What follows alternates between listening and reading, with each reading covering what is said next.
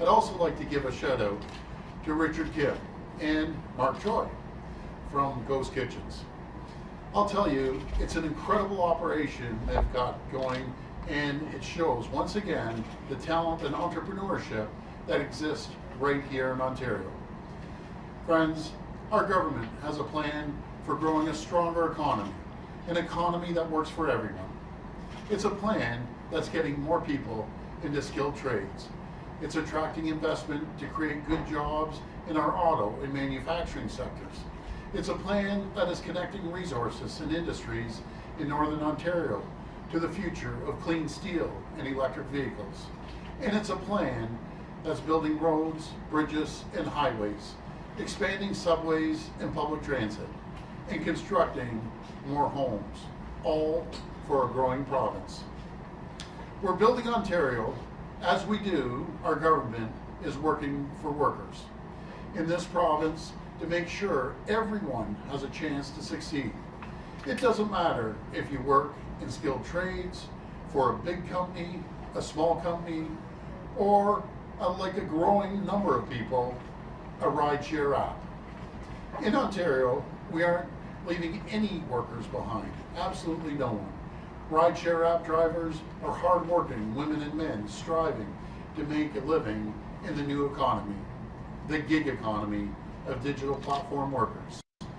They deserve every opportunity to earn a living and provide for their families. That's why I'm pleased to announce that later today our government is introducing groundbreaking new labor legislation. Legislation that would make Ontario the first province in Canada to establish a minimum wage and other important rights for the digital platform workforce. Those rights include more clarity around hours and pay calculation, protection against dismissal from a digital platform without proper notice or explanation, and the guarantee that any tips or gratuities that workers earn will remain where they belong, in that worker's pocket.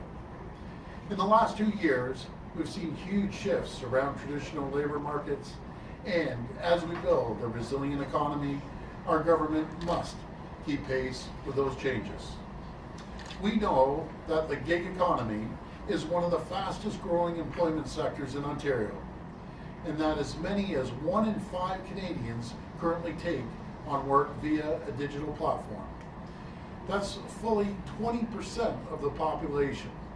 So we're listening directly to them and understanding how we can create the environment to help them thrive.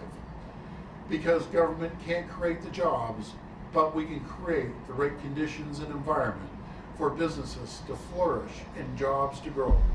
Earlier today, we had a tremendous roundtable discussion with small business owners from all over the province. Hardworking entrepreneurs on the leading edge of creating Ontario's economy of tomorrow. And they reaffirmed the need to guarantee for all workers their pay, hours, and benefits. They want fairness and to have their work recognized as it should be. Well, my friends, our government listens to workers and is here to work for them, because protecting our digital platform workforce is more than just making sure that our labor laws stay up to date. It's about achieving our promise to make Ontario the best place anywhere to live, work, and raise a family. Our province has come so far, and we can't afford to go back to the politics of no. Instead, our government is saying yes. Yes to building, yes to investing, and yes to workers. Friends, let's say yes to the better and brighter future that the people of Ontario deserve. Thank you, and God bless the people of Ontario. We will now take questions from the media, one at a time from the microphone. Those with questions could please form a line behind me. There'll be one question and one follow-up, please, getting to as many as we can. Good morning, Premier. Good morning. You mentioned last week that the Ontario government was looking for new ways to send a message to Russia. Have you found any new ways? And do you think that the federal government should be doing more, such as banning Russian oil? You know, Russian oil, I believe last time I looked, they're importing about $18 billion, 18 or $19 billion. That's something that the federal government will have to deal with, and we'll be in discussions with the federal government to make sure that every nut, every screw, and anything that Russia is trying to import, then they'll be punished. But then again, that's up to the federal government. That's not up to us. What I saw over the weekend is the resilience of the Ukrainian people over in the Ukraine. You know, the support they had, not only just around the world, but here in Ontario. And you know, when people were out there supporting, it wasn't just from the Ukrainian community, it's everyone supporting the fight against Russia, supporting Ukraine. And as a province, what I can say, if the federal government can get people here, we'll make sure they're taken care of. We'll put them through settlement services. I know everyone, including obviously the Ukrainian community, will step up. We have jobs here. Our economy is just thriving right now. We'll be there to support the people of Ukraine. Thank you, Premier. Thank you. The proof of vaccination mandate ends tomorrow in a lot of settings. Restaurants say that a lot of people are still very cautious about going out, so they need the government to say it's safe to go out. So do you think that it's safe to go and dine in a restaurant whether the people around you are vaccinated or not? Yeah, when we brought in these passports, we said it'd be time limited on the advice of Dr. Moore. Now we're taking the advice of Dr. Moore and getting rid of them. And I'm always going to follow the advice of the Chief Medical Officer, Health and Science. And there's no doubt, still be cautious. This isn't going to be the Wild West. Be cautious. We aren't through this yet. We see light at the end of the tunnel. It's getting brighter every day. But we're just glad through the hard work of everyone in Ontario, we're able to take the next step. Hi, Premier. Richard from the City News. I want to start with a question from my colleague Cynthia Mulligan, if I could.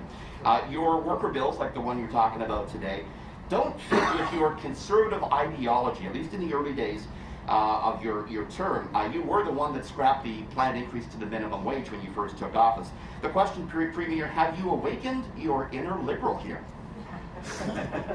You know something, our family's always hated political stripes, Richard. We really have. I think we get support from all different traditional voters. But in saying that, no, times have changed.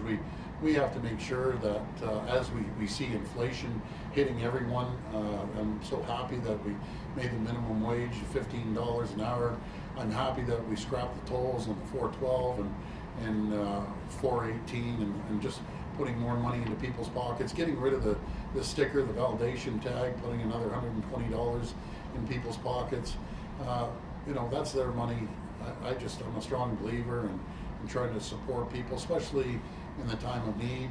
And you know, it's funny you say liberal. My kids call me a bleeding heart liberal now, but I'm pretty fiscally conservative. So it's all good. I don't like political stripes. Just do what the people need to be done. It doesn't matter what color you are, red, green, orange, or blue. I'm hoping, Premier, you can give us an update on two pocketbook issues that you talked about but not followed through on yet. We could be paying a fresh record for gas later this week. Will you, as you said in November, cut that gas tax before the budget? And secondly, $10 a day childcare. Parents ask me all the time, when is this happening? You've been saying it's close. When, Premier? When? I know. I wish, Richard, good question. And they ask me all the time, and it is very, very close. That's all I can tell you. It's gonna get done, as sure as we're standing here. But as I said, I'm not going to do a deal just for making a deal. But the federal government and our office have been working very closely with them, and so is the Minister of Education now for the gas tax. You know, we cut the 4.5 cents, and next thing you know, the carbon tax came in, and another increase on the beginning of this month. So it's a total of 11 cents on the carbon tax.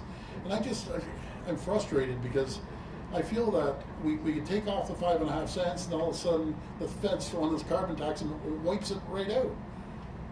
That's just not right. What I'm asking the federal government, put that on hold for at least 6 months as we're going through this, and I will match what the federal government deducts. But I just feel if I do it and the carbon tax wipes it out, it's not fair to the people. That's what it comes down to.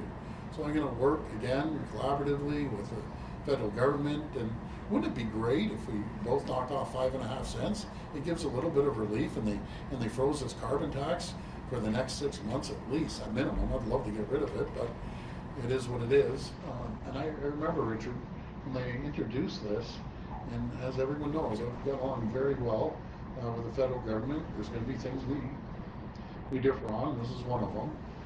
Everything's going up. It affects everything. It affects food, getting from point A to point B, and it's just gouging the people. It's just not fair. So my plea to the federal government: you cut 5.5, I'll cut 5.5, then it goes a longer ways. But if I cut 5.5, you just add 5.5, it's not fair to the people. It just isn't. Hey, good morning, Premier. Just asking about the situation with Russia and Ukraine again. Last week you suggested you were talking to Vic Fideli every day, kind of looking at additional options in addition to what you guys did with the LCBO. Is there anything else that the Ontario government could do to put any financial pressure on the Russian government? Good question, Colin. You know, we're working collaboratively with them. We'll do everything we can. That's really the federal jurisdiction. Our jurisdiction is, if we can get the people here, we'll take care of them. And we need lots of people because the economy is really moving forward. I'd take 50, 100, whatever amount. You can get over here. You have a home here, and we're going to take care of you here. There's employment here. So I just have to get these people to Ontario as quickly as possible, and we're working, again, collaboratively with the federal government. Okay, something else to do with employment. At the end of July, the paid sick days are going to be ending. It's 3 paid sick days right now. Does your government have any plans to make those permanent, or do what some of the other parties are saying, which is increase paid sick leave to 10 days per worker in Ontario? Well, that's something that we can discuss in the future, but maybe I can pass that to the Minister of Labour. And he came out with a great legislation today. So, Lonnie, you want to say a few words? Well, thanks, Premier. And Colin, as you know, our paid sick days will be there for workers throughout this pandemic. But what I'm really excited about, we're the first jurisdiction in all of North America that's going to be moving forward with benefits, health benefits and dental benefits for millions of workers across the province that don't have benefits today.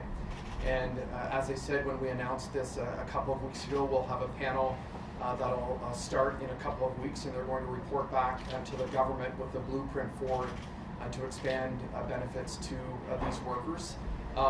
It is a challenge, I can tell you, because we'll be the first place in North America to do this, and I expect other jurisdictions across North America to follow Ontario's lead, but we're going to ensure that we have benefits for workers that don't have them today, including gig workers.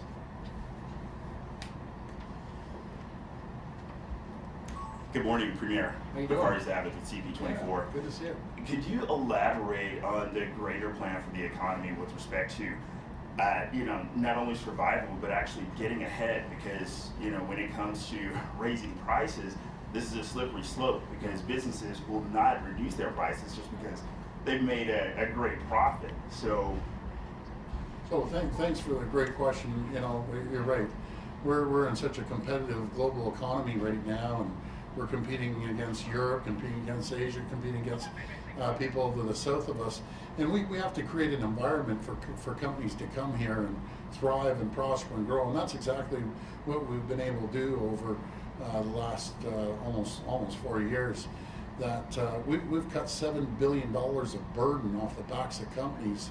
And when you create that environment, companies will come here. And yes, I'll repeat what I said when I get the list every single night off Minister Vic Fideli. We see companies coming in by the droves and investing millions, tens of millions, hundreds of millions, and billions of dollars. We see it in just one sector is the auto sector. There's going to be tens of billions of dollars in investments, not only with the manufacturing of batteries here, but the auto sector itself.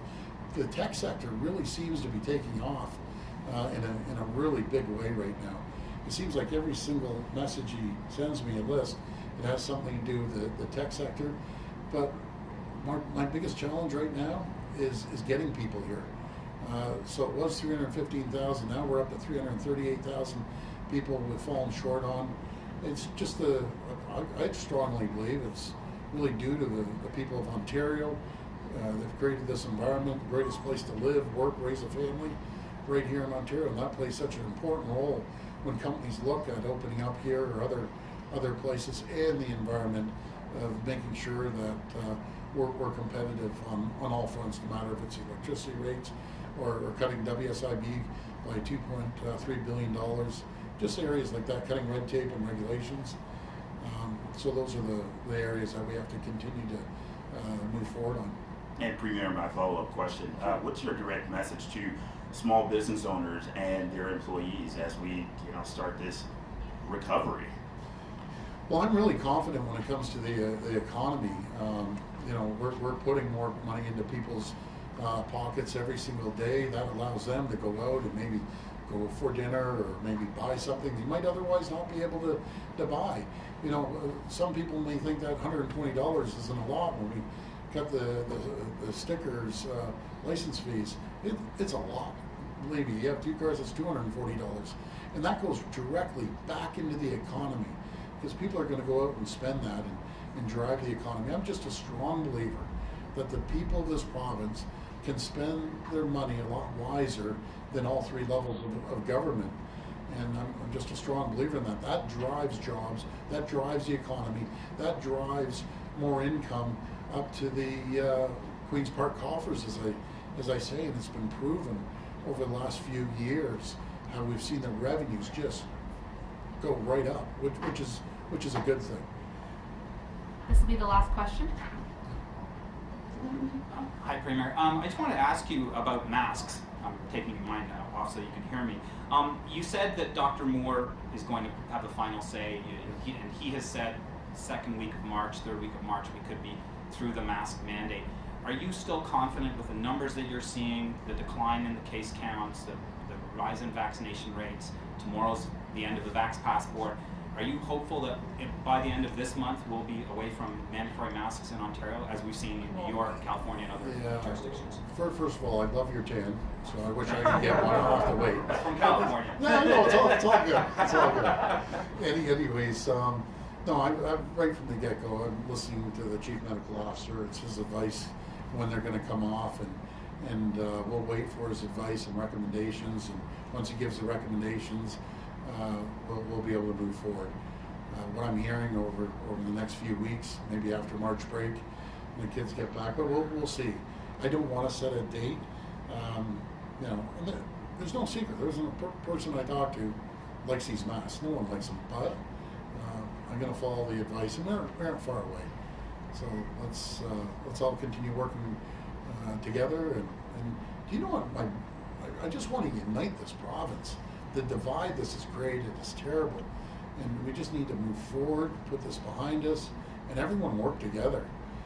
I just, with the global economy and how competitive we are, we need all hands on deck. We need everyone working jointly together. We're gonna do fairly well. I'm confident on the economy. And on another subject, Premier, I want to ask you, why did you guys change the law that you guys actually changed in the first place back in 2018 to fine the finance minister and yourself if the budget is later than March 31st? You guys changed it last week so that the budget can be up till April 30th, which I presume is because you want the budget to be the re-election platform. Yeah. But why change that? Is that why you did it? Because you want the budget to be I can't say re-election we did it just because of that. We gotta move things forward. It's the time frame. Not every single year there's an election, but what we're focused on is making sure that we present the plan moving forward for the next 4 years of growth and prosperity in this province. And yes, did I paid $10,000 back into the government when we didn't meet the budget time frame before, and so did the previous finance minister. But we're putting together a plan until there's clear direction that people know where we're going as a government, as a party. And on June the 2nd, people are going to have a choice. They either want to move forward with making sure that we build roads and bridges and hospitals and schools, putting money back into people's pocket, have the economy going, Or do you want to go back at 15 years of the previous government that lost 300,000 jobs in this province, highest hydro rates, red tape and regulations, and be blunt, I'll just cut to the chase, it was an absolute disaster under the previous government. So the people will have a choice. Thank you, Premier. More questions?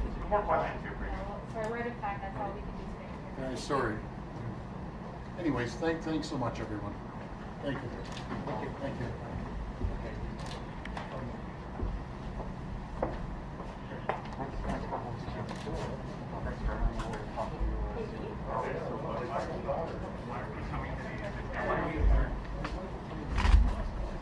On a side note, for everybody here, we do have a grab bag or takeaway, so on your way out, you just grab a bag. You want to throw me on? Yeah.